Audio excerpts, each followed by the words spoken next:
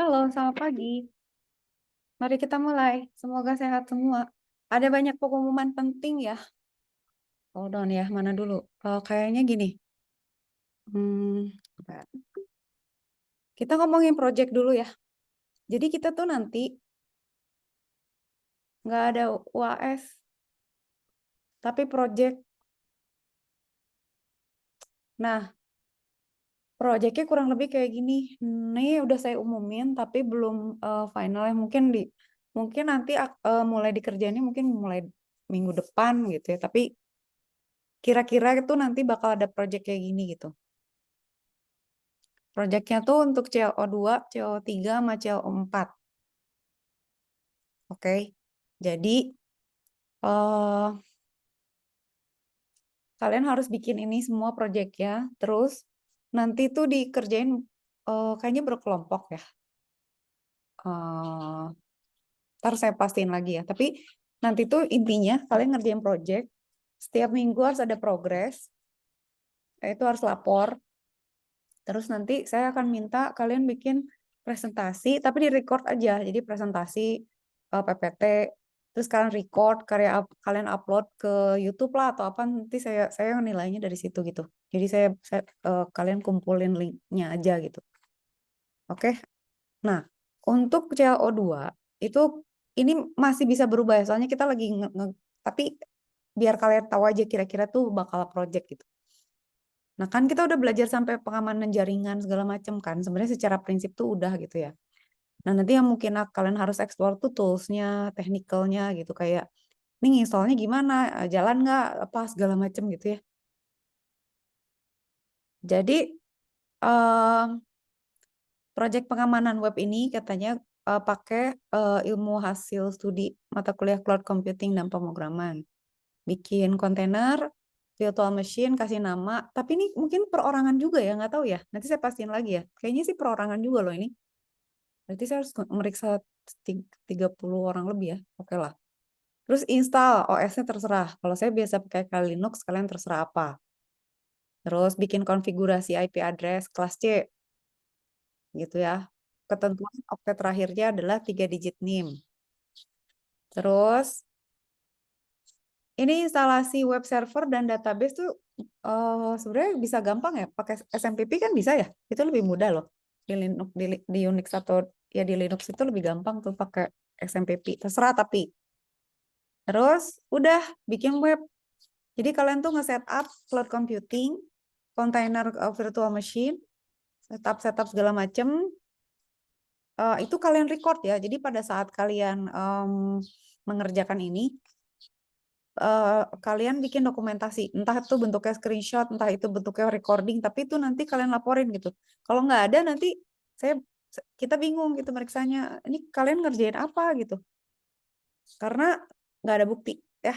Terus kalau bisa, misalnya pada saat kalian membuat dokumentasi, itu ada apa yang nggak ngerti lah, ada watermark nama kalian gitu, atau NIM atau apa gitu, supaya itu jelas gitu videonya video siapa. Oke. Nah, terus bikin form ya, bisa kan ya? Maksudnya tapi ya mungkin agak susah gini. Kita harus bikin input ya, username sama password ya buat login kan. Nah, terus kalian bisa nggak setup HTTPS? Itu sebenarnya gini ya. Eh sekarang tuh kalian punya banyak advantage sebenarnya. Uh, bisa nanya masih chat GPT. Saya juga waktu itu setup website saya pindah dari satu satu hosting ke hosting lain, terus ngeset HTTP segala macam tuh dibantuin chat GPT. Bisa lah itu misalnya sambil belajar. Oke. Terus salting. Kasih salting pada pengiriman data login.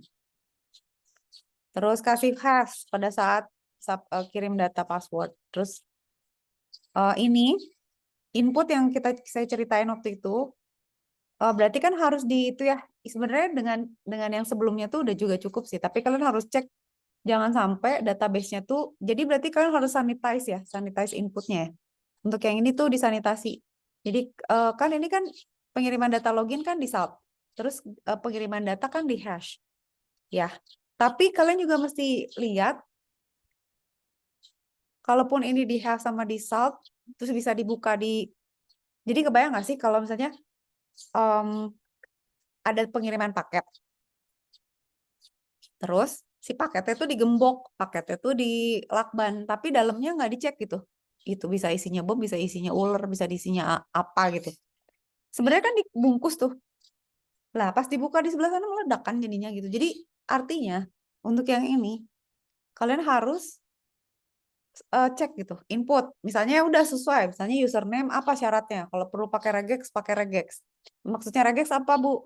Misalnya username tuh harus huruf kecil semua atau boleh huruf besar huruf kecil. Terus misalnya ada password, password itu misalnya harus terdiri dari huruf besar huruf kecil, angka, simbol. Tuh ya. Jadi kalau di luar itu nggak boleh gitu. Jadi itu ya ini untuk CLO aja proyeknya udah panjang gitu. Bentar ya saya sambil ngecek ya.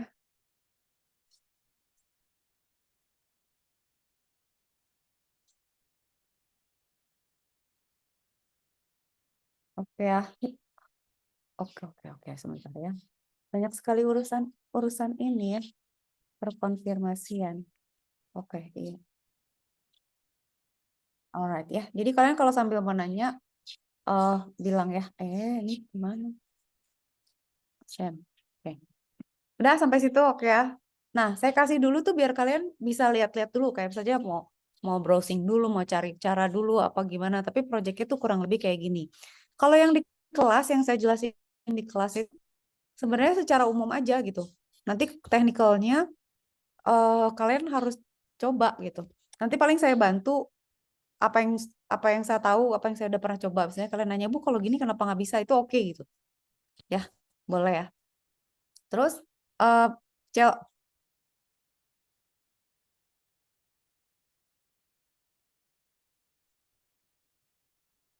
boleh juga ya idenya ya. Boleh aja. Tapi setupnya gimana, Fandi? Kan harus setup di cloud bla bla gitu. Itu setupnya di mana? Di tugas CC. Cloud Eh, computing. Oh, udah ada ya? Udah di CC ya? udah Udah Bu, Oh ya, udah boleh lah. tinggal nambahin aja gitu Bu. Boleh, boleh. Boleh. Oke Bu. Boleh. Sebenarnya lebih gampang gitu ya. Jadi integrated ya. Good. Tapi gini, ya pastikan ya. Jadi gini, kalian tuh belajar kerja sama belajar dokumentasi nih. Kita mungkin nanti gini, karena nanti kan kalau udah lulus atau gimana kerjanya kan mungkin belum tentu ngantor juga, mungkin kerjanya ngantor tapi semua harus dokumentasi. Jadi tuh kalian belajar dokumentasi yang bagus. Jadi secara dokumen bagus, laporan. Jadi ada laporan, ada PPT, ada video. Maksimalkan itu gitu. Nah, kayak tadi Avandi pinter juga, bener juga pakai CC udah, boleh nggak ditambahin? Tambahin lah, gitu. Boleh. Oke ya, aman ya. Jadi lebih mudah ya. Oke Good. Bu. Jadi integrated. Oke, good. CLO3, pengamanan jaringan. Oh, katanya install Snort atau Suricata pada kontainer lain di luar web server. Di luar yang tadi bikin lagi. Konfigurasi dengan rule yang baru. Input manual rule atau Suricata untuk melindungi server web dari ping flooding. Terus input manual rule-nya kan bisa di input manual tuh dari upaya masuk lewat port 880. Jadi sebenarnya ini kalian bisa bisa cari cara install. Tapi ini nggak susah sih sebenarnya ya. Kalau ping berarti kan ada rule-nya apa yang harus difilter kan? Itu sebenarnya ya bisa lah. Oke. Itu pengamanan jaringan tuh. Kan jadi yang CO2 pengamanan web, CO3 pengamanan jaringan, keempat pen test. Oke. Pen test bikin lagi kali Linux. Terus coba eh, apa serangan ping flooding dan HTTP 880 gitu. Jadi kalian bikin si pengamanan jaringan, terus kalian coba pentestnya gitu. Oke, kebayang nggak sih? Jadi kalian coba bikin benteng, terus kalian coba attack sendiri. Gunakan tools sekali Linux untuk melakukan pentest. Ya terserah, misalnya pakai Nmap atau apa ya boleh. Lalu buat laporannya semua gitu. Nah, jadi sebenarnya ini integrate nih tugasnya. Nggak susah sebenarnya, masih dalam dalam apa cakupan tugas kuliahnya. Cuman ya harus bagus. Nah, ini kayaknya perorangan aja, nggak berkelompok. Tapi nggak ada UAS jadinya. Oke. Jadi, put your heart in it gitu ya, on it ya. Kerjain yang bagus, supaya UAS-nya bagus. Jadi, gitulah. Caranya gimana ya? Cari caranya gitu. Mau pakai AI ya boleh kan, AI kalau buat belajar boleh kan, selama AI belum bisa nginstallin kalian cloud dan lain sebagainya gitu. Tapi memang yang saya WiFi security nggak ada ya. Jadi udah nggak apa-apa lah, cukup. Paling nanti saya ngajarin tambahan aja. Begitu, oke. Jadi tidak ada UAS, adanya proyek besar, CL2, CL3, CL4. Bikin dokumentasi. Dokumennya 3. Report yang rapi, dokumen yang rapi. Itu kalau yang bagus tuh kalian ceritain ya latar belakang. Kayak laporan tugas akhir dianggap gitu. Misalnya proyek pengamanan web. Apa? Jadi 3 proyek loh ini. Proyek pengamanan web, kalian bilang latar belakang apa, pendahuluan apa, cerita bahwa gini gini gini. Bab 2 teori. Pengamanan web tuh harus gimana gimana gimana. Bab 3 boleh lah langsung implementasi ya, nggak usah ada yang terkait. Tapi boleh kalau misalnya bab 3 kalian mau ngebahas, nggak usah deh. Bab 2 latar belakang tuh udah sama referensi ya. Bab 3 tuh implementasi udah. Bab 4 analisis, bab 5 kesimpulan. Tuh kasih screenshot screenshot screenshot. Terus yang kedua PPT. PPT itu kalian jelaskan itu. Kan kalau laporan kan ada tertulis kan. Kalau PPT kalian jelasin kayak gimana kalian, saya mau mau apa? Mau cari kerjaan atau mau present, misalnya kalian nih ke bos gue kerjaan gue gitu. Sesuatu yang bosnya tuh mungkin nggak ngerti, barangkali nggak ngerti banget, tapi dia nggak bodoh gitu. Jadi kalian harus bikin presentasi yang jelas.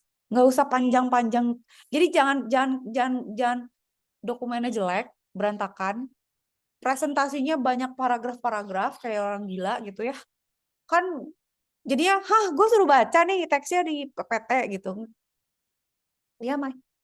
Nah, terus kalau misalnya apa namanya, kalau misalnya apa namanya kita, jadi lupa loh. Kalau terus satu lagi video. Nah, Bu, video tuh isinya apa? Kalau saya kebayangnya video itu, atau gini ya. Video itu ini kompilasi. Jadi ini ya, ingat ya, satu yang kalian harus bikin adalah satu dokumen laporan. Dokumen laporan yang tadi saya bilang ya, yang rapi kayak kayak tugas akhir, tapi nggak usah bertele-tele juga. 2 adalah PPT kan. Nah, 3 adalah video. Video tuh apa, Bu? Nah, ini kan semua formatnya beda. Ini semua punya penilaian sendiri. Dokumen tadi saya udah bilang, PPT bikin yang rapi. Video, kalian presentasi pakai PPT sambil demo video yang kalian bikin sepanjang kalian praktekin kerjaannya gitu.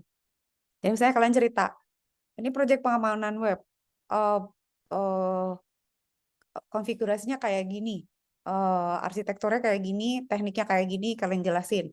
Ini adalah ini demo dari pada saat saya menginstal, bla bla misalnya, atau udah terinstall dan ini saya mau menambahkan kayak tadi kata Avandi mau menambahkan login. Ini proses saya menambahkan login kayak gini, saya taruh di sini, saya taruh di sini. Ini adalah mekanisme pengamanannya, konfigurasi HTTPS itu kayak gini gitu. Jadi kalian kasih demonya gitu, sambil PPT-nya gitu. Kebayang nggak sih kayak presentasi aja gitu, tapi ada video-video penjelasan gitu. Oke, udah ya, jelas ya. Gitu. Jadi 3 yang diminta. Oke, udah ya. Jadi nggak ada WAS tapi ada project 3. Mulai dari sekarang kalian kerjain aja gitu. Cuman nanti saya pastiin lagi. Barangkali ada soal yang berubah. Tapi intinya adalah terkait ya kayak gitu-gitu gitu. Kalau saya lihat soalnya kalau saya lihat dokumennya, ini kan kita masih nulis ya. Nih ya, dokumennya masih gini, CL3 kayaknya sih udah oke. Ini masih ya. Nah, ini tambahan ada XSS scripting malah. Nah, ini ada ICMP flooding sama 880. Yang testing malah ini Jushop atau Metasploit. Metasploit itu bisa pakai Kali Linux kan. Tapi kalau saya lebih suka yang ini sih, yang tadi. Ini sih dokumen barunya. Nantilah kita omongin lagi gitu ya. Masih diproses ya. Tapi kurang lebih gitu ya, siap-siap aja. Jadi pengamanan web, pengamanan jaringan, sama pentest. Oke. Nah, kenapa ini? Kenapa ada ini? Oke. Oke, ini udah. Nah, sekarang kita teori lagi. Jadi sambil sambil ada tugas-tugas, kita sambil teori. Nah, sebenarnya kan kita masih berapa materi lagi sih? Saya soalnya pengen ngebekelin yang tadi tugas itu. Kan ini ada network, kita kan ini ya, kriptografi. Terus nanti tuh tinggal firewall. Kalian tinggal belajar firewall nih, kalau hari ini bisa kita kebut aja. Social engineering tuh di depan kita udah, emerging topics sebenarnya ini tambahan aja. Tapi saya banyak cerita yang saya pengen sampein gitu. Jadi sebenarnya gini, kalian harus bagi konsentrasi antara project sama kuliah. Karena nanti saya tuh ada yang pengen ajarin ke kalian walaupun nggak ada di UAS ya. Itu tapi kalian perlu tahu gitu. Jadi eh, pastikan kalian tetap tetap belajar ya. Oke, sekarang kita ngomongin ini ya, si kriptografi di network security. Nah, di setiap layer ini itu kan dari bawah, mulai dari hardware sampai ke web app atau application yang di atas gitu. Itu kan punya kelemahan masing-masing dan punya security masing-masing kan. Nah, di stack 1 itu di level bawah tuh kan ada, kita bisa pakai uh, intrusion detection system gitu ya. Di network ada router sama switch, di sini ada OS, web server ada apa aja. Pokoknya web server macam-macam ya. Flash juga bisa kan kalau pakai Python. Terus ini database, di sini ada third party, kemudian di atas ada web application gitu ya. Layer-layer ini tuh kita harus mikirin security. Kalian udah hafal lah, ada simetrik sama asimetrik. Selalu gitu kan. Pokoknya kalau kalau jumlah data besar untuk traffic yang besar gunakan simetrik. Kalau authentication pakailah asimetrik. Nah, artinya sebenarnya gimana? Objektifnya itu adalah bagaimana kita menjaga jangan terlalu trust sama komputer lain. Dan kita kalau bisa ngumpet gitu. Kalau misalnya kita punya jaringan ya di firewall atau gimana, karena kalau kita bisa diakses langsung dari luar, nah itu kan tidak secure. Sehingga kita harus menyembunyikan data traffic sebanyak mungkin. Walaupun itu harus bayar. Misalnya bayar software, bayar konsultan, dan lain sebagainya gitu ya. Nah, permasalahan network encryption itu adalah encryption itu hanya bisa memproteksi data pada saat sudah terjadi encryption kan. Jadi harus didesain gitu, kapan di-encrypt, kapan dibuka, kapan pertukaran kunci. Jadi kalau misalnya kita encrypt nih, tapi kuncinya tidak di-manage dengan baik atau protokolnya tidak di-manage dengan baik, akan tetap nggak secure. Jadi makanya ada desainnya sebenarnya untuk ini gitu ya. Apalagi kalau misalnya sistemnya tuh secara umum udah lemah, di-encrypt nggak ada gunanya. Yang ini yang kita lihat yang kemarin ya, kayak gitu ya. Jadi ini hanya di-encrypt pada saat di perjalanan aja. Nah, itu tuh kita bisa menggunakan link encryption itu bisa kita taruh di dalam pakai alat kayak gini gitu. Jadi di-encrypt pas di jaringannya aja. Jadi pas dari atas ke bawah tuh enggak. Jadi pas masuk ke kabel, ke, ke router gitu ya, lah langsung di-encrypt. Kebayangkan? Jadi cocok kalau misalnya kalau misalnya yang paling lemah itu adalah jalur transmisi. Gunakanlah link encryption gitu. Nah, di sini tuh kita bisa bikin header-header kan. Terus di message-nya ini kita encrypt nih. Gitu ya. Pakai alat ini. Nah, ini lihatin ya, kan di sini ada kan ya. Cipher text-nya keluar dari sini, ini plain text-nya dari sini. Udah langsung pakai encryptor. Nah, encryptornya berarti ini pakai apa nih kalau menurut kalian? pakai simetrik kan berarti. Dan ini hardware base, berarti ini bakal cepet banget. Nah, di dalamnya dia ada apa sih? Ya ini, ada encrypt sama decrypt-nya pakai simetrik. Nah, fiturnya itu dia memisahkan plaintext sama ciphertext, terus dia pakainya block cipher kan? Biasanya dia pakai RC4, ya simetrik kan?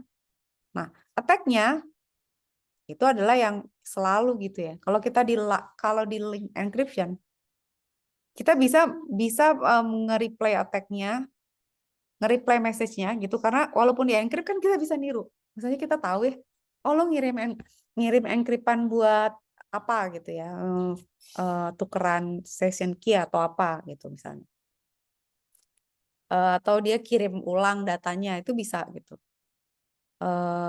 Atau dia ganti di rewrite gitu ya, bisa. Tapi kalau memang di ujung sama ujungnya ada private sama public key yang dipakai untuk verifikasi, harusnya udah lebih secure. Yang gawat tuh kalau enggak gitu. Jadi gitu ya, kalau fitur attack-nya tuh yang bisa terjadi tuh kayak gitu. Nah, terus apa namanya? Alright. Oke. Kalau ini end to end. Semua di encrypt. Jadi 7 layer. Nah, jadi bersambung tuh dari layer atas sampai bawah, nanti dari bawah ke atas lagi. Nah, cara enkripsi antar layernya gimana? Bisa pakai hardware, bisa pakai software. Tapi di encrypt dari awal, bisa dari WhatsApp tuh sampai turun ke bawah, sampai transmisi, balik lagi ke WhatsApp lagi tuh udah di encrypt itu end to end. Begitu. Cuman memang jadi lebih lebih ribet. Nah, kalau misalnya kita merasa di setiap titik transit itu akan ada ancaman, nah bagusnya pakai end to end gitu. Contoh, ya kayak gini kan, secure chat tuh kan kayak gini ya. Makanya ini setup ini tuh kan sebenarnya ini verifikasi bikin bikin kunci private sama public kan. Nah, ini secure chat tuh kayak gini. Nah, kita tuh kita lihat ya, implementasinya itu biasanya gini, ada yang namanya PS ini. Jadi kalau kita udah hapus chat yang ada di akun, data tersebut tuh masih ada di database, masih ada gitu. Dan dia akan hanya bisa dengan logical forensik physical gitu ya. Nah, ya, atau mungkin bisa juga kalau dikasih aksesnya ya remote juga bisa. Atau PPS, walaupun data sudah dihapus, data tersebut masih mungkin tersimpan di RAM. Bisa pakai memori forensik. Tapi ada juga yang PPPS gitu ya. Database sudah dihapus, tapi data tersebut masih bisa direcover dengan tindakan physical forensik. Jadi ada logical forensik, ada memori forensik, ada physical forensik. Jadi ada macam-macam gitu. Tapi intinya dia masih tersimpan di memori atau di database. Begitu. Nah, ini implementasi kalau secure chat. Tapi di encrypt ya gitu ya. Nah, sekarang kita lihat. Kalau link encryption sama end-to-end, kalau security antar titik, itu kalau link itu kan parsial. Kalau end-to-end, through the way ya, semuanya. Nah, kalau role of user-nya, encryption-nya tuh di-apply sama si pengirimnya, sama user penerima gitu ya. Tidak terlihat ya kalau link encryption tuh user nggak tahu. Sebenarnya dua-duanya nggak tahu sih, cuman di level mana dia dilakukan. Nah, ini baca aja ya. Pokoknya gitu secara prinsip. Implementation consideration itu adalah kalau misalnya kita menggunakan link encryption, itu berarti setiap host itu harus punya satu kunci. Tapi kalau pakai end-to-end, itu cuma satu kunci. Enggak ada yang dua-duanya ya, pair of. Oh, ini antar host, kalau ini antar user. Nah, itu pikirin aja gitu. Yang satu butuhnya non authentication, yang satu butuh user authentication. Gitulah ya kira-kira. Nah, ini yang kalian mesti pahami juga, di mana internet kriptografi protokol tuh ada macam-macam. Ini belum semua nih. Kayak si cyber cash ini tuh di level 5, layer 5 itu buat transaksi elektronik. Terus ada DNSSEC itu buat DNS. Di layer 3 ada IPsec untuk di level paket. Jadi encryption-nya tuh di setiap layer beda ya gitu. Ininya juga beda algoritmanya. PCT itu buat di level TCP IP. Di email layer 5 itu ada PGP. Layer 5 juga ada HTTPS. Terus ada buat remote procedure calls juga ada namanya secure RPC. Di layer 4 itu ada set sama SSL tuh, di mana SSL tuh biasanya buat kalau kita mau remote gitu ya, nge-host jauh-jauh atau kalau untuk transaksi elektronik. Jadi semua tuh ada protokolnya masing-masing. Nah, sekarang kita lihat ya. Kalau SSH, ini yang tadi saya bilang ya, SSL itu SSL, sorry. Ini SSH beda. Kalau kita punya komputer, misalnya ini saya mau ke kampus nih. Saya dulu waktu itu punya server di FEB Telu.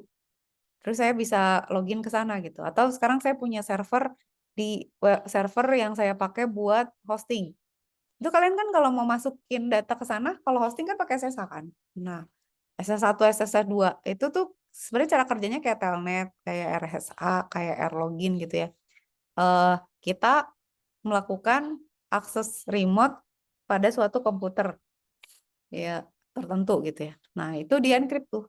Nah, dia menggunakan public key cryptography, ECDSA. Oh, ini saya belum cerita ECDSA ya. Oke, nanti deh. Ada nggak di sini? Nah, SSH atau secure cell itu artinya secure channel, di mana pada saat kita melakukan koneksi ya antar, misalnya ini komputer saya di rumah gitu, pakai TCP mau connect ke kampus gitu, misalnya gitu, atau ke server saya yang buat hosting. Nah itu dia dia kita bisa pakai SSH, dia tuh lebih secure daripada telnet. Tuh. Terus dia bikin channel secure yang di encrypt sehingga si tunnel ini tuh nggak bisa dibuka sama sniffer gitu aja kayak bikin, karena di encrypt tuh jadi kayak ada tunnel yang nggak bisa di kuping sama, sebenarnya prinsipnya itu aja gitu. Tapi itu di encrypt ya. Nah, penggunaan SSH itu macam-macam. Bisa buat login atau menjalankan komen dari jauh, setting up password, login di remote gitu ya. Terus transfer file juga bisa, ngopi, backup, forwarding atau tunneling port ya. Misalnya kita mau forwarding port. Nah, forwarding port tuh bisa juga ya kalau misalnya kita ada di belakang firewall atau apa itu bisa kita forward kalau memang mau kok diperlukan gitu. Terus bisa dipakai sebagai VPN. Forwarding, pokoknya kayak gitu ya. Kegunaannya si SSH ini banyak gitu. Browsing juga bisa. Jadi kita bisa pakai proxy connection pakai klien SSH, tapi harus ada protokol SOCS-nya gitu ya. Kita bisa juga mounting directory. Jadi kayak kita nge-mount directory yang jauh sebagai file system. Kalian tahu kan nge-mount kayak misalnya kita punya buka Google Colab nih, terus kita mau buka Google Drive. Nah, Google Drive itu kita mount kan ke Google Colab-nya. Jadi dia bakal ngerti strukturnya. Kita bisa gitu juga, kita mount ke komputer kita. Jadi kayak lagi ngakses file sistem lokal, padahal dia di remote. Itu bisa pakai SSH juga. Buat monitoring bisa, embedded mobile system mobile embedded device juga bisa gitu ya. Itu ya. Nah, sekarang SSL bukan SSH. Nah, SSL sama TLS itu komunikasi browser dengan web host. Gitu. Jadi ada cipher suit yang melibatkan proses negosiasi klien sama server supaya ada authentication dan pertukaran kunci yang jelas. Contohnya begini. Nih, kayak misalnya kita bilang ya, dia pakai SSL, connect ke server. Terus kata server, iya gue pakai SSL versi sekian, bla bla bla bla, sertifikat gue ini. Si klien, oke, authentication nih, berarti gue sekarang mau bikin key remaster key buat session key, terus dia encryptnya pakai server public key yang tadi dikasihkan. Nah, server decrypt remaster yang secret tadi, terus dua-duanya menggenerate master secret dengan cipher yang disetujui. Udah gitu mereka setuju bikin session key, simetrik, baru exchange message dengan session key. Maksudnya gimana? Ya contohnya gini yang saya pernah cerita. Misalnya kalian adalah klien gitu ya. Klien, misalnya kalian mau login ke BCA gitu. Servernya BCA. Pakai SSL nih gitu. Nah, dia bilang, gue pakai using SSL nih gitu. Settingnya ciphernya apa, encryptionnya apa, spesifik data ke si BCA nih. Nah, si BCA ini harus bisa kirim, gue pakai SSL ini, cipher setting ini, session spesifik datanya nih, sertifikat gue gitu. Nah, sertifikat itu kan sebenarnya ada ya, disimpan dan itu harus sama ya. Dia nggak bisa pakai, sebenarnya bisa diakalin juga sih, dia pura-pura ini public key gue gitu. Tapi sebenarnya si klien tuh browsernya itu juga bisa ngecek ini beneran gak sih public certificate si BCA, karena dia bisa cek ke apa ya, ke CA authentication gitu. Ini bener nggak? Kayak gini deh, kalian misalnya dapat kunci ruangannya Bu Marisa ini bukannya, kalian verifikasinya kemana? Ke misalnya ke admin gitu ya, atau ke Pas Satpam gitu ya. Kita harus cek itu juga. Nah, itu bisa dilakukan secara protokol atau secara software atau ya di browsernya gitu ya, ada mekanismenya. Nah, udah. Nah, kan si BCA ini akan mengenkrip, dia kan kirim kan. Gue kirim ya public key gue. Ya udah kata klien.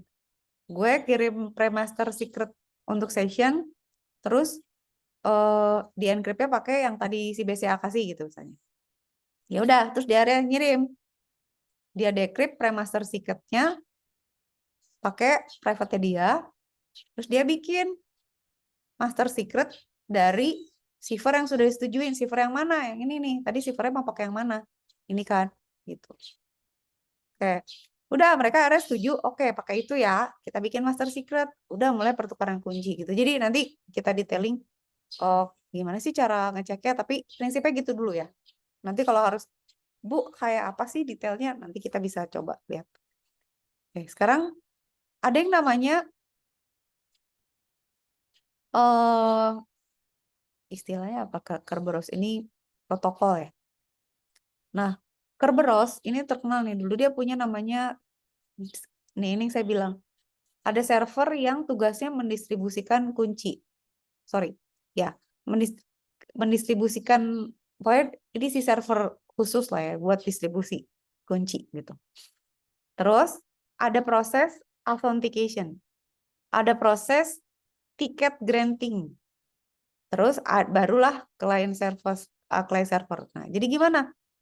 Berarti kan pertama klien ngomong dulu sama si Kerberos server, si server ini dulu bilang, gue minta di authenticate dong katanya gitu. Ya udah, kalau gitu gue kirim authentication sama TGT ya, ticket granting apa ticket granting, ticket granting lah ya gitu ya. Terus kata si komputer pak klien, oke, gue minta TGS requestnya, mana tiketnya gitu kan ya. Terus si siapa namanya, si KDC kasih tiketnya, oke kan? Si klien dapat tiket kan dari si KDC ini setelah di authentication kan. Nah, baru dia request ke server targetnya. Gue minta koneksi ke lu dong. Gue udah. Jadi ini kayak daftar dulu ke admin deh gitu. Baru boleh masuk ke kantor gitu atau gimana gitu ya. Kayak gini. Nanti baru bisa akses. Jadi ada 2 layer di mana ini authentication dulu gitu. Dikasih kunci dulu, di authentication dulu. Setelah oke, dikasih tiket, baru boleh gitu. Kayak kalian mau masuk Dufan aja gitu. Daftar dulu, beli tiket dulu, baru boleh masuk gitu ya. Kira-kira itu Kerberos. Jadi ada layer untuk memverifikasi, mengauthentication ya. Mengauthentication. Nah, terus ada yang namanya, ini yang kemarin kita bahas nih, yang saya record. Ada Tor. Nah, kalau kita mau melindungi di jaringan komputer tuh kita bisa bikin dia berlapis gitu. Jadi dibungkus-bungkus-bungkus gitu, jadi kayak gini.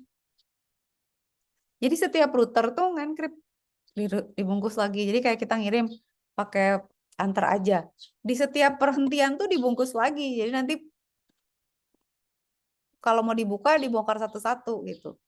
Jadi kayak gini, dia kayak amplop, diamplopin lagi, kebayang nggak? Jadi nanti si Alice ngirim nih, ini ya, digital mixing ya. Eh, si Lihat ya, ciphertext itu adalah message yang di-encrypt pakai 3 kunci. Jadi udah di-encrypt biru, di-encrypt merah, di-encrypt kuning. Nanti pas dikirim, ya kayak gitu ya, di-encrypt, pas buka, ya pokoknya intinya gitu lah ya, dibungkus terus dibuka lagi. Nah ini di Onion Router ini harus pakai server yang emang support ini gitu.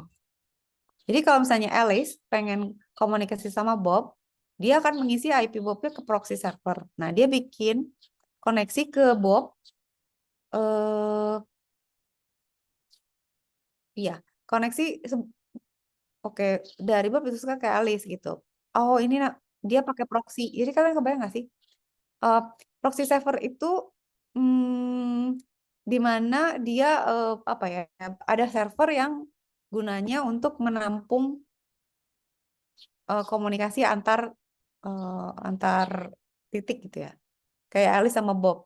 Nah, dia tuh lewatnya lewat proxy dulu, nggak langsung ke Bob gitu. Ya kayak tadi lah, kayak si Kerberos itu. Nah, proxy server ini itu bagus, bisa juga untuk static email, dynamic browser, email gitu ya, atau browsing, nggak mahal gitu. Cuman kalau misalnya dibuat anonim, itu gawat.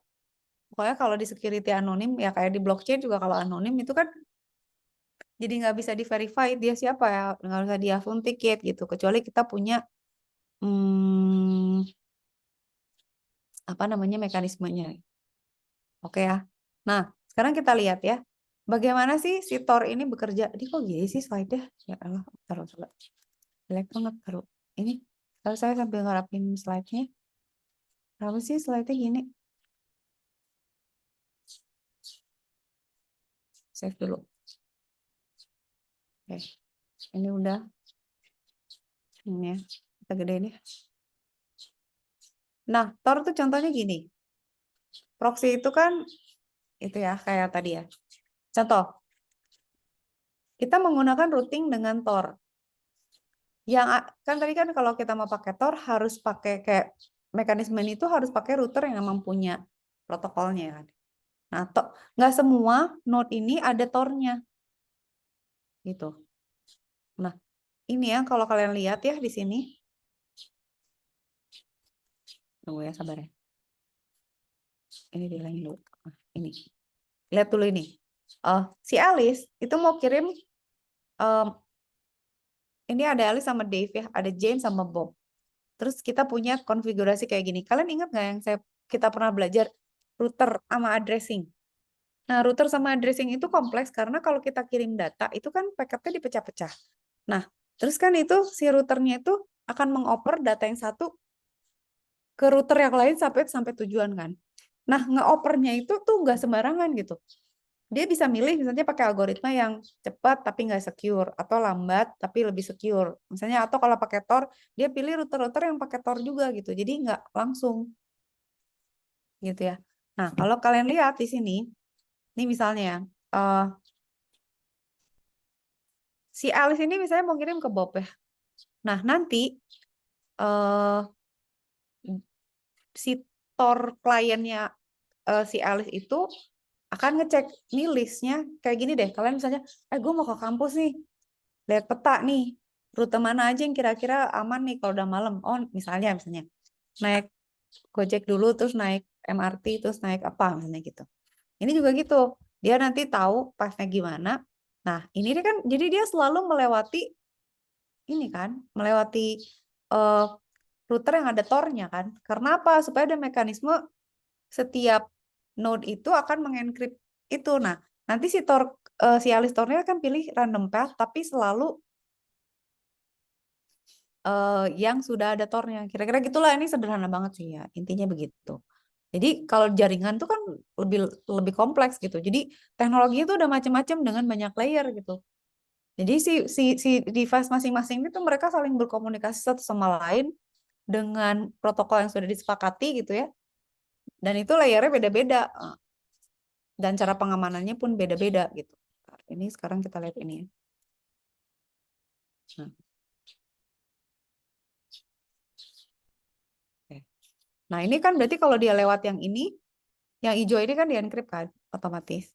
Nah, next time dia mau ke ke ke site yang berbeda, dia akan milih lagi random. Itu dia bisa jadi beda rute gitu. Kayak misalnya, ya udah, gue lewat sini gitu. Gitu ya. Nah, kalau misalnya nggak gini ya, pokoknya kalau dia lewat yang Tor itu dia pasti bakalan di-encrypt. Tapi kalau kalau yang merah ini enggak gitu, unencrypt. Jadi gimana caranya cari path yang sejauh mungkin dia di-encrypt. Gitu. Ini kenapa ya nggak ke sini dulu aja gitu. Begitulah kira-kira. Nanti ya kita cari representasi yang lebih jelas. Nah, jadi ada relay-relaynya. Nah, ini kalau kita lihat ya, ini kayak neural network ya. Ada klien ke destination, itu ada layer-layer di mana ada guard relay, ada middle relay, ada exit relay. Nah, ini tuh adalah Tor relay di mana entry itu buat nerima input, entry point-nya, gitu ya. Middle itu untuk transfer traffic ke yang berikutnya, exit itu untuk ngirimin ke klien yang selanjutnya. Nah, itu ada proses Tor-nya di situ. Itu ya, itu Tor. Tapi intinya gitu. Yang saya mau kasih tahu itu adalah setiap router tuh pasti punya teknologinya, terus punya prosedurnya masing-masing. Nanti pada saat pengiriman data tuh ya beda-beda gitu. Oke, sekarang IPsec. Nah, IPsec itu di level apa? Tadi ingat nggak? Di level paket. Jadi encryption-nya tuh bisa di level router. Bisa di coba ya, jangan lupa. Jangan lupa ini.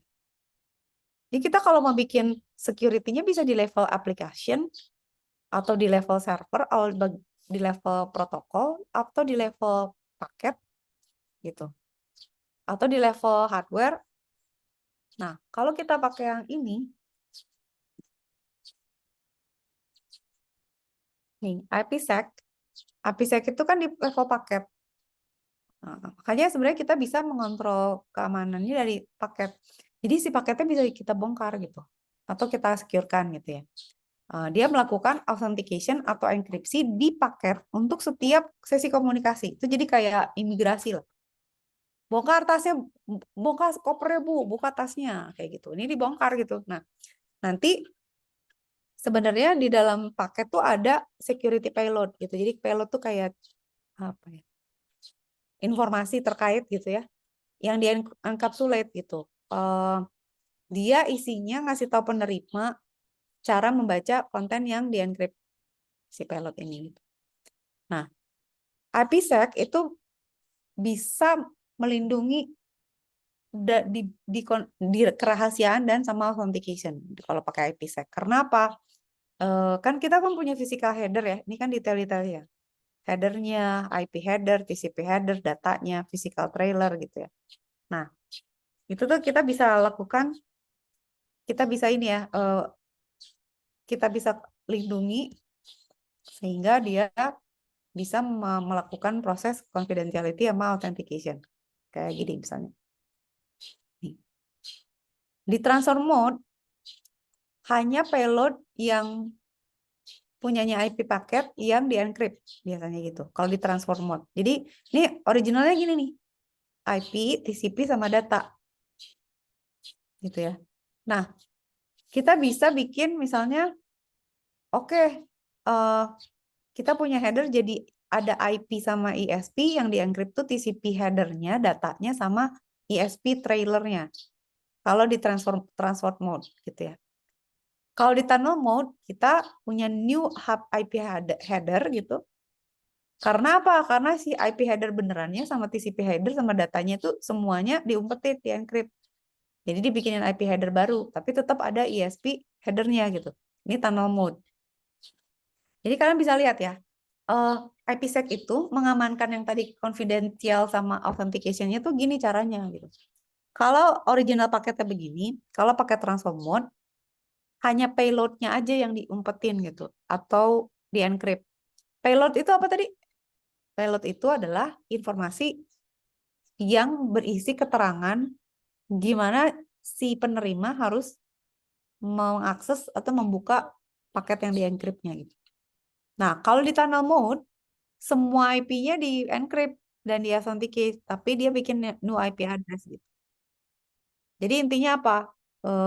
Kalau di layer ini, kita ngebongkar paketnya, terus kita pilih gitu bagian mana yang mau di encrypt gitu. Nah, ini yang sering kalian pakai kan? Atau kalian sering dengar kan? Ini kan VPN itu kan sebenarnya jadi secure atau enggak sih? Nah, bisa secure, bisa enggak gitu. Kalau kalian misalnya punya punya lorong rahasia nih gitu di bawah tanah atau di mana gitu, itu kan bisa jadi secure yang ada yang tahu saya kabur dari situ atau kemana. Tapi kalau misalnya kita nyewa gitu ya, atau ada tunnel gitu, terus kita pakai, kita lewat jalan pintas tapi nggak tahu punya siapa gitu, itu kan bisa dibegal di tengah jalan. Nah, sama gitu. Jadi VPN itu bisa secure, bisa nggak secure. Makanya ada yang berbayar, mana ada yang nggak berbayar, itu karena yang berbayar itu menjamin gue tidak akan mengintip data lu ya, lu boleh lewat tapi gue nggak akan ngintip, nggak akan nyuri. Tapi kalau yang nggak berbayar bisa ngebegal diam-diam gitu. Ya lu lewat aja, nggak apa-apa, tapi gue ambilin data lu gitu, bisa gitu kan. Nah, jadi cara kerjanya gimana? Em, Dia itu kan namanya virtual private nih. Jadi seakan-akan tuh kita tuh pakai jaringan private punya kita gitu. Padahal dia ter, apa, nyambung ke public. Nah, bahaya gitu. Ini kan yang saya bilang. Kalau VPN-nya ini nggak bayar atau gratis, dia bisa nyatet nyatet nyatet stream datanya, terus bisa dijual juga, atau bandwidth-nya ke orang lain dijual gitu. Nah, kalau koneksi VPN itu kita bisa pakai IPsec tunneling gitu ya. Tapi ini sebenarnya bisa bisa dipakai macam-macam lah. Nah, yang saya bilang kenapa misalnya kalau dulu kan ada internet sehat apa segala macam tuh yang apa sih? Punya Telkomsel, apa sih internet yang Speedy ya? Speedy tuh jadi IndiHome ya. Itu kan kadang-kadang kita nggak boleh apa akses ke IP address tertentu. Waktu itu nggak boleh akses Netflix ya kalau nggak salah. Nah itu kalau kita pakai VPN bisa kan ya, karena kita jadi kayak IP address kita tuh jadi nggak kelihatan gitu. Jadi si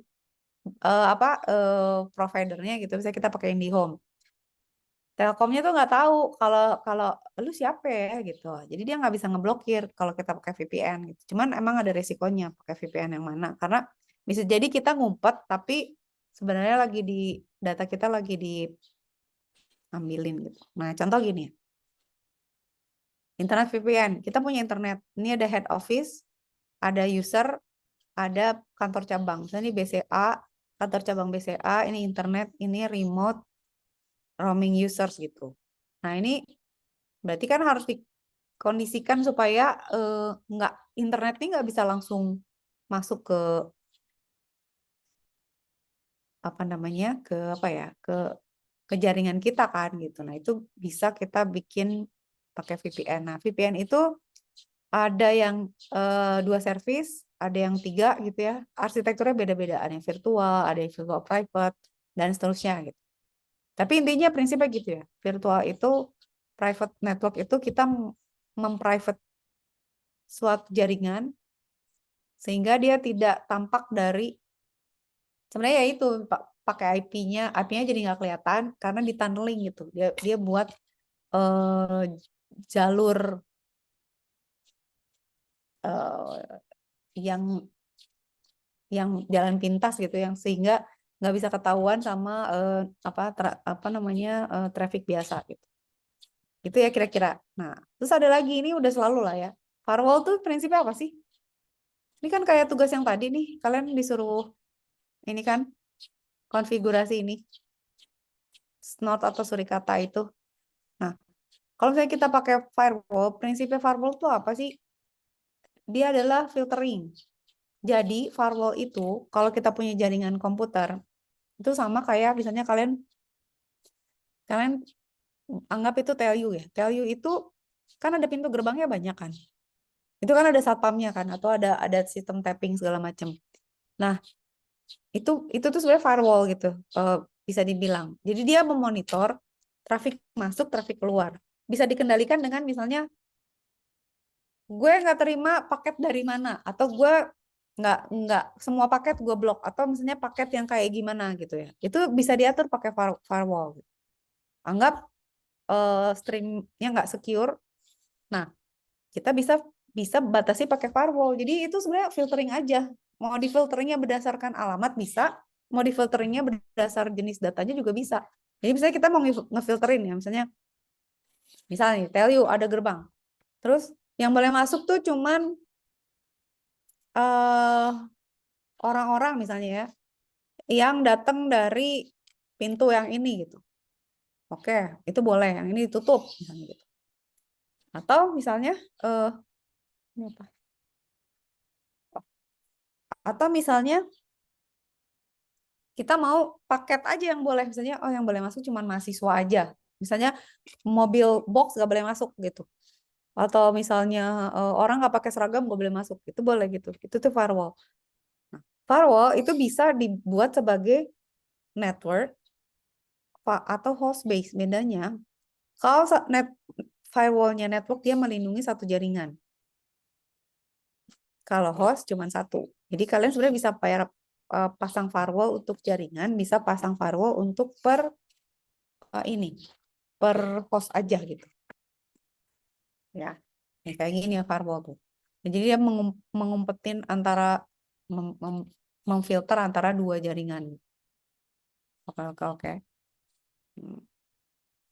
Nah, firewall itu macam-macam. Ada yang memakai filternya. Kan bisa di set tuh rule-nya. Paket yang nggak sesuai, misalnya paket yang kayak gini gue nggak mau gitu. Terus ada juga stateful filter. Dia beroperasi di layer 4 transport. Dia melihat isi paketnya.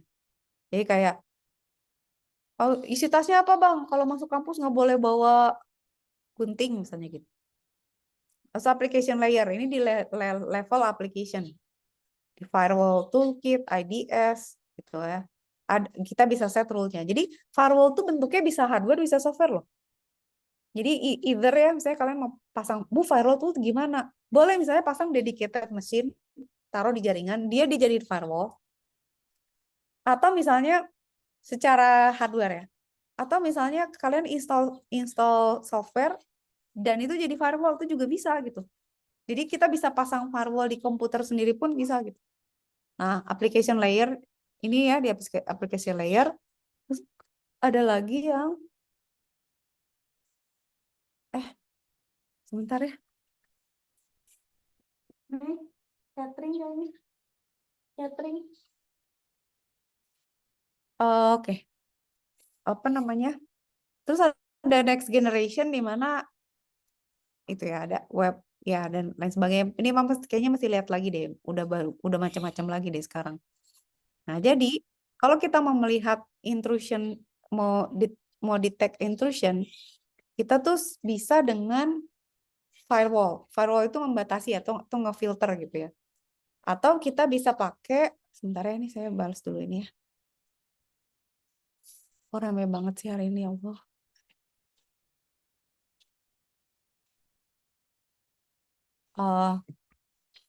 Kita bisa batasi atau dengan menemukan, nah ini yang tadi, sistem keamanan yang kalian harus filter itu, yang makanya pastikan nggak bisa ada serangan-serangan yang ini kan,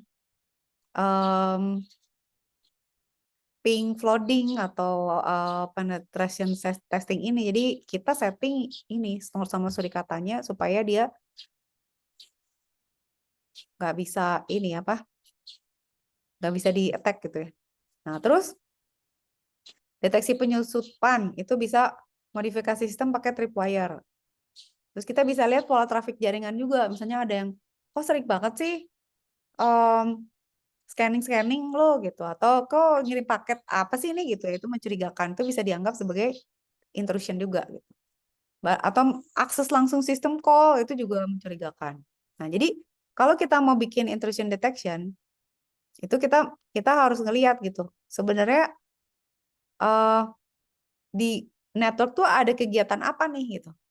Kalau kayak ada yang attempting sesuatu sering gitu ya, atau request sesuatu, akses sesuatu, nah ini bisa jadi error atau emang lu mau ngetek gitu. Itu bisa kita bisa sebenarnya udah ada toolsnya juga. macam. Nah, intrusion detection tuh kan ada yang namanya tripwire, gitu ya. Serangan umum tuh kan biasanya nyerang akun kan, akun user, akun root gitu ya. Sistem binary-nya di replace gitu, atau bikin backdoor. Nah, tripwire tuh biasanya ngecek binary sistemnya, dia ngebandingin hashnya kalau ada yang berubah. Jadi tripwire tuh ngelihat kalau ada yang, kok hashnya beda nih di di apa namanya eh tar dulu. Bentar ya, bentar. Eh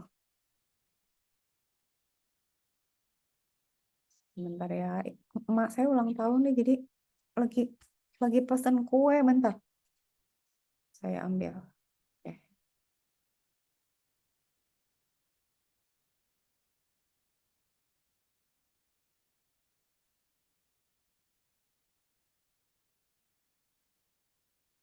gitu. Jadi ya gitu ya, ngecek hash. Makanya kayak yang saya ceritain minggu sebelum libur, itu kan harusnya kalau kita punya tripwire, kalau misalnya ada yang nyusup nih, kayak yang di Berkeley itu kan, itu sistemnya akan nge-warning gitu, karena dia akan nge-hash misalnya ya, directory root misalnya sama dia di-hash.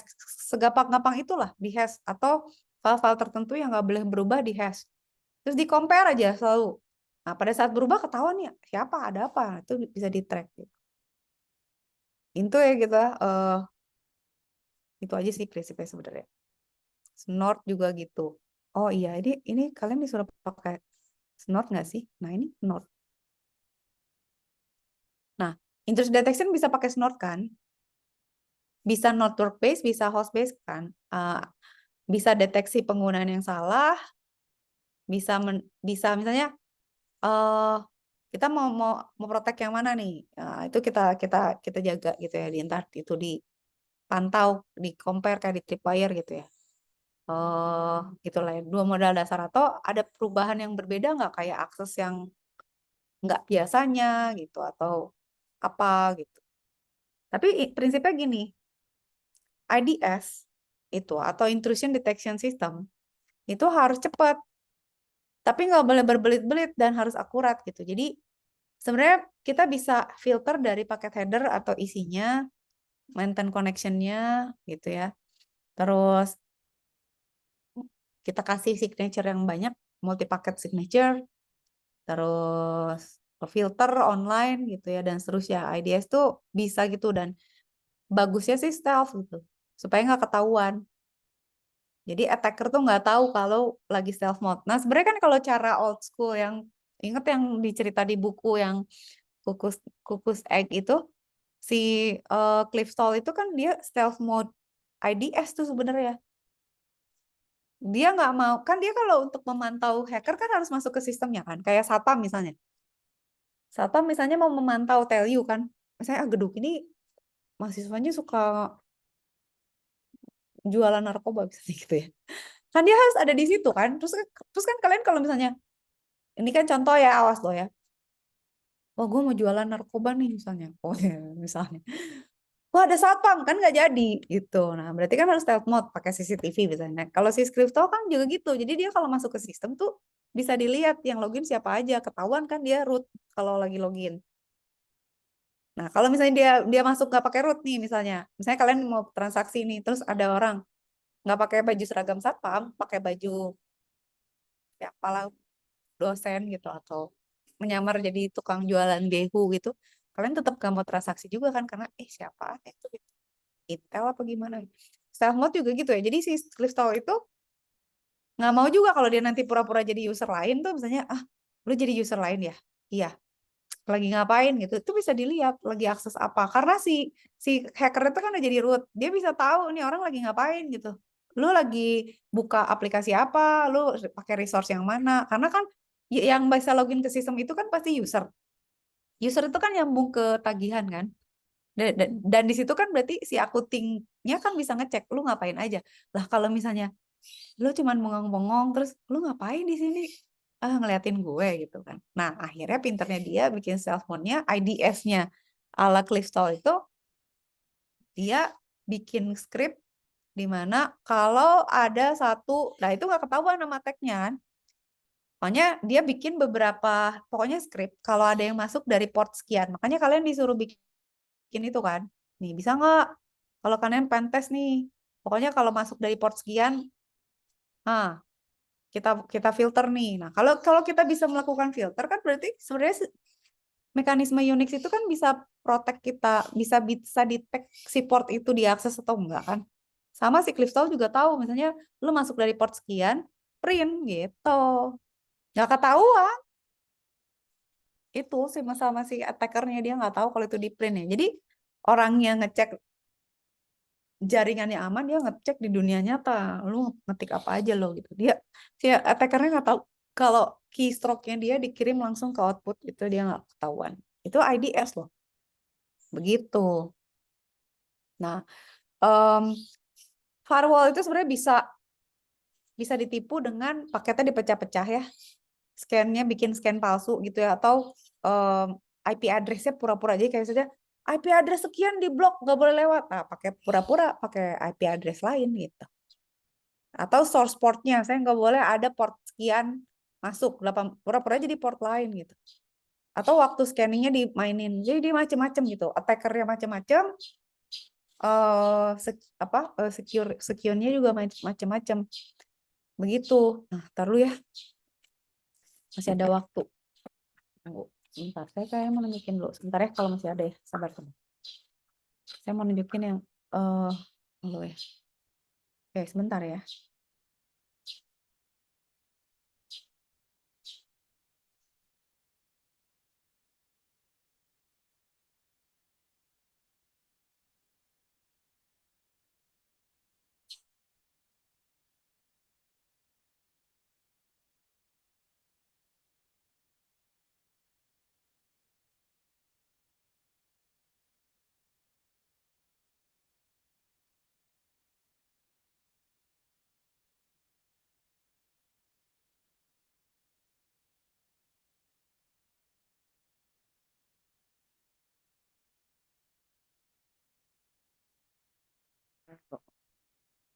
Oke, kita buka dulu ya.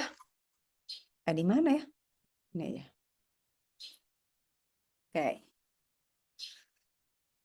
Ada di mana ya? Sabar.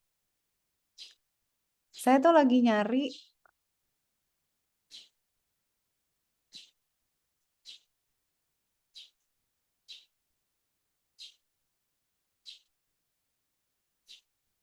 Di mana ya? Tunggu, sabar. Oh, ini hack wifi aja ya. Mudah-mudahan yang di sini. Saya nggak sempat nyari ya.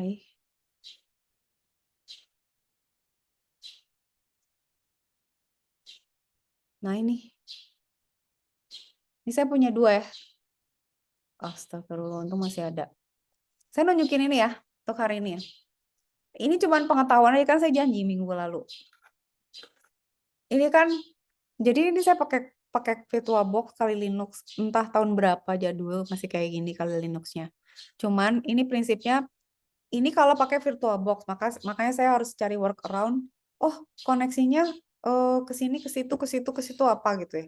Nah kan saya udah ceritakan, saya harus install TP-Link. TP-Link tuh kayak itu loh, kalau kayak kalian yang kalau misalnya mau connect ke WiFi pakai yang USB device itu. Nah ini kalau saya jalanin ya, nih oke, sampai sini ya.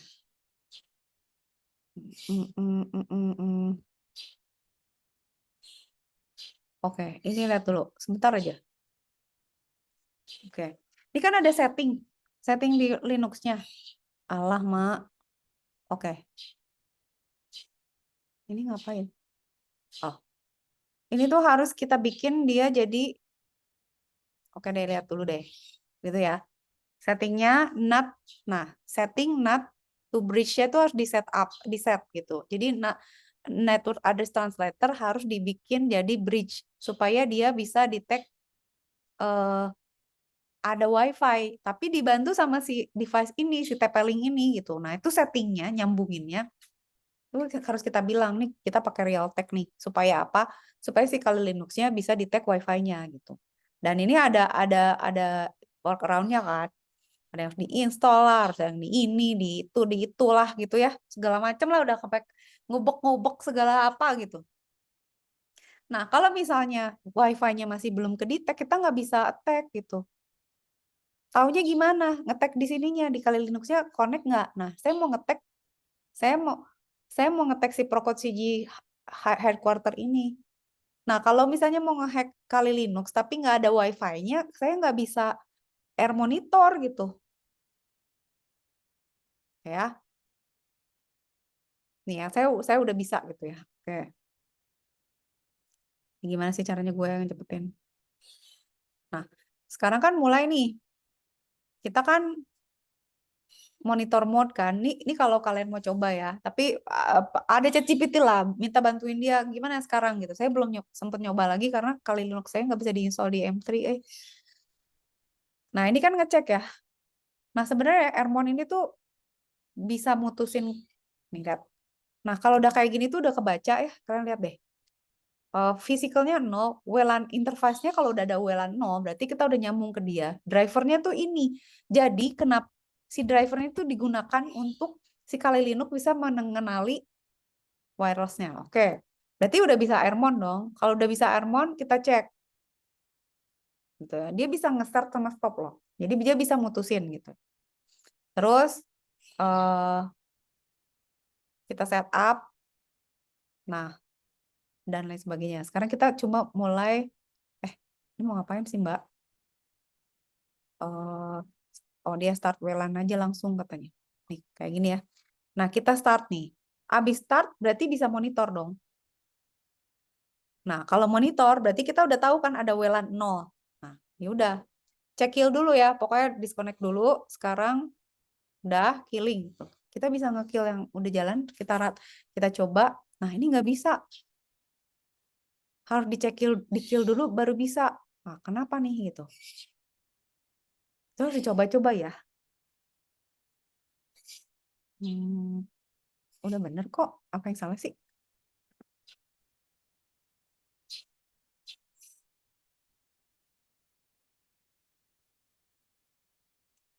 Kita matiin dulu, kita nyalain lagi. Nah, gini ya. Ini kan saya bikin video kayak gini. Nah, kalian buat tugas tuh bikin gini. Cobain gitu. Kalau misalnya Bu banyak yang error gimana? Misalnya ada 3 jam gimana? Dipilih aja gitu yang mana yang kira-kira penting aja. Nih udah ya. Sekarang udah bisa nih setelah di down, di set type-nya, di start what. Nah, ini udah nyala nih. Sekarang kita udah bisa monitor, udah enabled. Nah, langkah berikutnya adalah handshake gitu. Ada orang lain nggak yang mau connect? Kalau ada, nanti mau kita ambil koneksinya dia gitu. Gitu. Jadi kita bilang replay, nanti kalau ada kita replay. Nah, kita tungguin ini lihat ya. Ini pada saat ini itu ada orang-orang lain ini BSS ID-nya kan ada nih.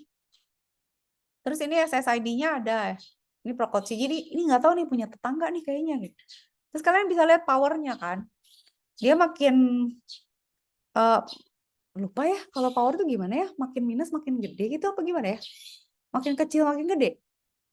Harusnya makin kecil minusnya makin gede ya.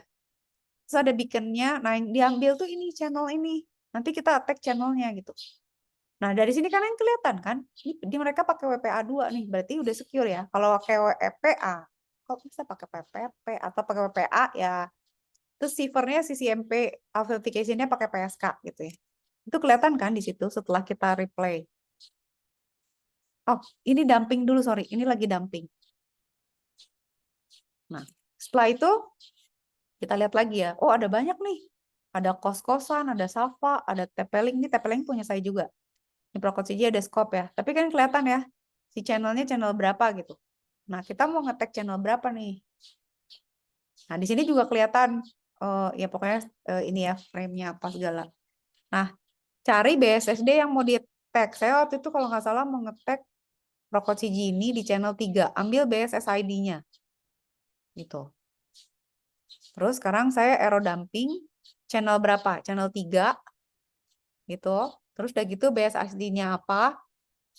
Udah gitu ditulis ke root desktop ini monitoringnya. Jadi hasil monitoringnya tuh nanti di-save ke desktop gitu.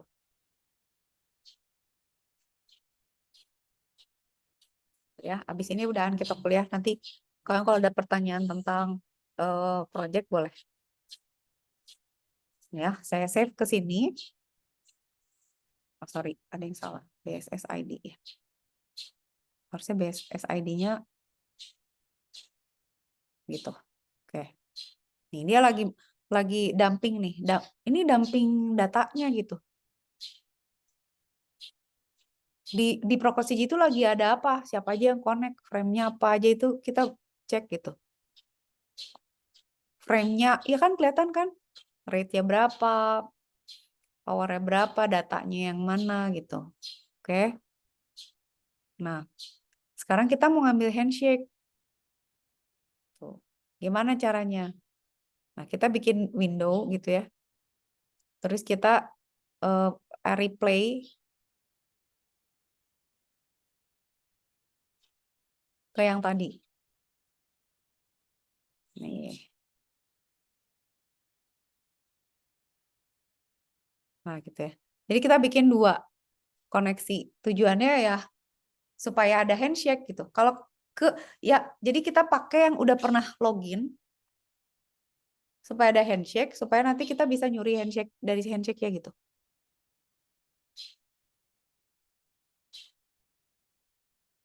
Alah, ngopinya susah ya Mbak. Alah. Udah gitulah pokoknya. Ditulis akhir sama dia.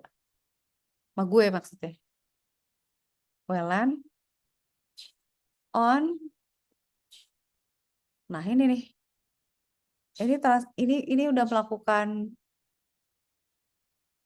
nunggu. Iya, pokoknya ini replay nih nungguin kalau ada yang koneksi gitu ya. Sampai handshake lah pokoknya gitu. Kalau udah handshake, ini kan lagi replay ya. Baru kita crack. Taunya handshake gimana? Ini ada yang salah deh kayaknya. Oh, channelnya salah. Harusnya 3. 2, sorry. Nah, liatin. Ini kan dapat handshake ya. Ini tuh kalau udah handshake, itu artinya udah terkonek sama si wifi-nya.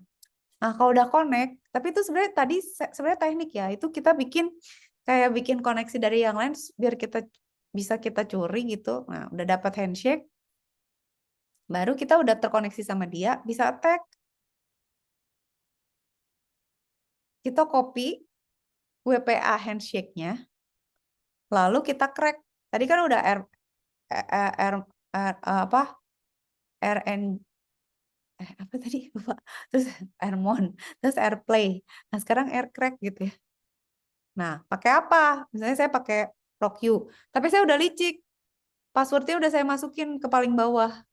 Password saya udah saya masukin gitu. Jadi instead of password WiFi saya ganti yang ada di sini, ini tuh saya tambahin password yang punyanya saya gitu supaya bisa ketebak tuh. Kan testing. Udah. Berarti sekarang kita udah dapet, kita set aircrack, modenya apa? Kita udah tahu WPA 2 kan. B-nya BSS ID, W-nya kita mau pakai file yang mana ID mana gitu ya. Terus cap file. Ini ada cap file ya. Cap file itu waktu kita dapat handshake itu paket data yang dipakai untuk ini connect gitu.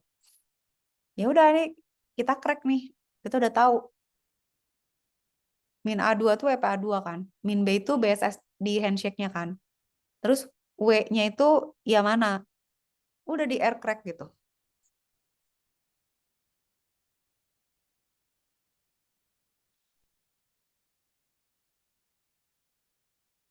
Kayak ini mana sih? Udah nih. Lihat. Dia nge-crack loh. Dia baca file, ya dia cek master key-nya apa, transition key-nya pakai core. Jadi setiapnya gitu ya, setiap kata-katanya tuh di hash itu. Sampai ada hash yang sama. Gitu. Ah, ini ada metode lain sebenarnya. dan terus gitu ya. Nggak lupa ya berapa lama. Mama tahu. Ini saya biarin. Oh, nggak ketemu. Tapi iya, tapi saya pernah nyoba ada yang ketemu. Oh, passwordnya nggak saya. Harusnya iya kalau kalian mau nyoba, habis 2 hours nggak ketemu, saya passwordnya terlalu strong, nggak bisa, nggak ketemu. Key not found, nggak dapet gitu ya. Nggak dapet. Soalnya saya hari ini nyoba lagi tapi nggak tahu di record di mana. Saya passwordnya saya tambahin ke dictionary-nya akhirnya bisa. Nah, sebenarnya kalau kalau kalian mau ngetek pakai Kopeti juga bisa. Kalau Kopeti juga ada. Jadi dia pakai sama caranya, cuman pas nyuri passwordnya itu kita pakai ini, pakai Kopeti. Kopeti itu application ini yang ada di Kali Linux gitu. Jadi kita bilang Kopeti minf pakai password listnya apa. Nah, tadi kan kita dapat cap ya. Ingat gak yang tadi? Eh kita dapat file titik cap itu tuh pada saat kita udah dapat handshake kan.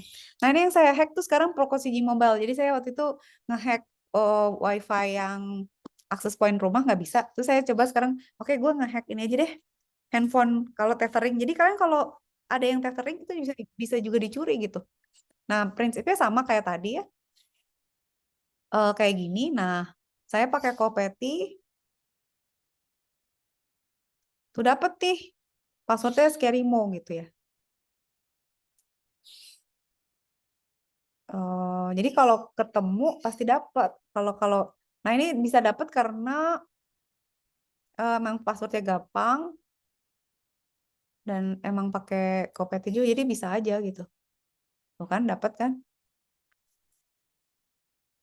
Gitu. Nah, intinya sih sama gitu. Si Kopeti itu akan ngebandingin password yang kita dapat, passwordnya dia ya yang ada di WiFi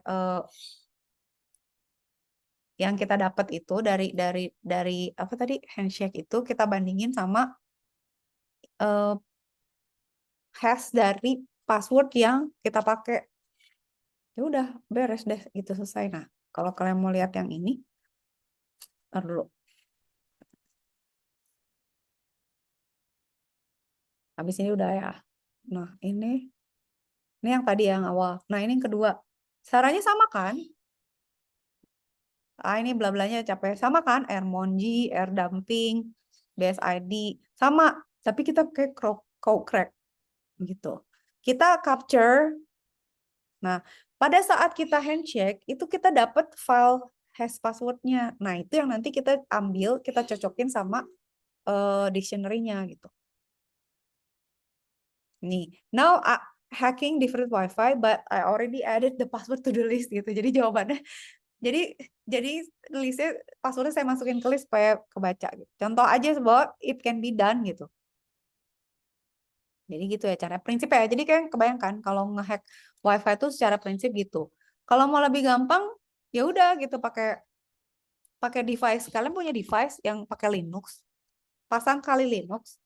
Udah deh, ya udah langsung aja Airmon, Air segala macam gitu. Oh, perlu nggak ya? Hanya langsung aja gitu.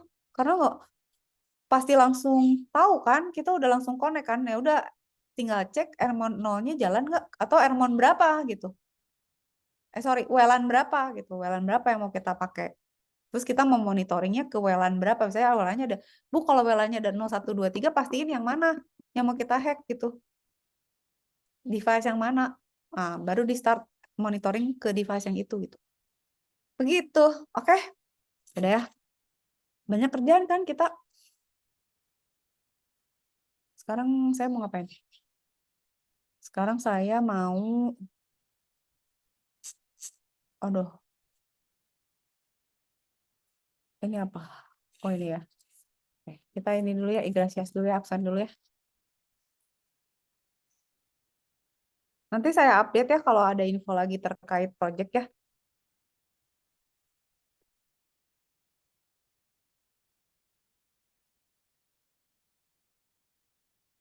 Tapi nggak susah kan projectnya? Kalau menurut saya nggak terlalu susah deh. Apalagi kalian udah ada kuliah cloud-nya, jadi bisa sekalian ya barengnya.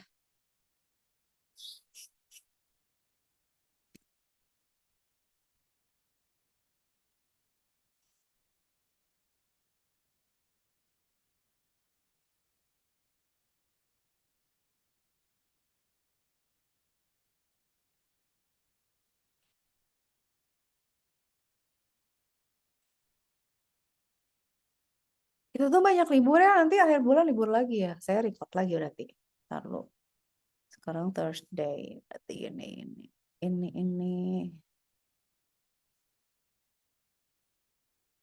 Saya berapa orang sih? 23. Oke. Chat. Boleh. Cancel. Ini.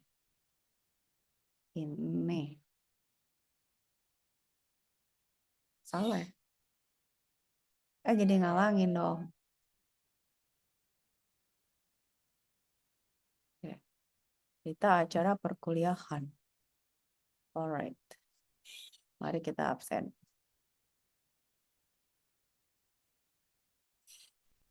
Ke-11 ya? Oke.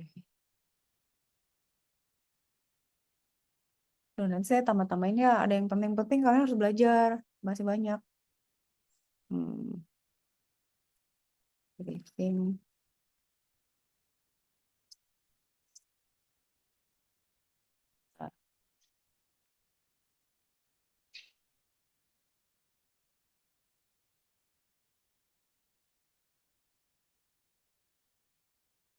Oke. Muhammad Irfan Permana. Nggak ada. Abian? Ada Nggak Bu, ada. ada ya? Oh, ada. Abian nih. Muhammad Rafli Maulana? Nggak ada. Kenneth? Rafli Oh, ada, Bu. Rafli Ada ada. Bu, ada Bu. Kenneth ada Bu. Fadilah? Fadilah ada nggak, Fadil? Hadir Bu. Oke, ada ya. Oke. Juandra? Ada Bu. Oke. Dara Rahma? Hadir, Bu. Oke, Dara. Raihan Salman? Hadir Bu. Siap. Aksandi mana Aksandi? Ada. Ada Bu. Oke. Abid, mana Bid? Bid? Abid nggak ada. Ada Bu. Fad- Oh, Ngelek ada. Bu, ngelek. Oke. Faza mana Faza? Ada, Bu. Faza kenapa lesu? Makan yang banyak ya. Adit? Hadir Bu. Adit Serak. Faiz? Ada Bu. Oh, Pais sama Alip ya. Alip dan Pais. Astaga, imut banget.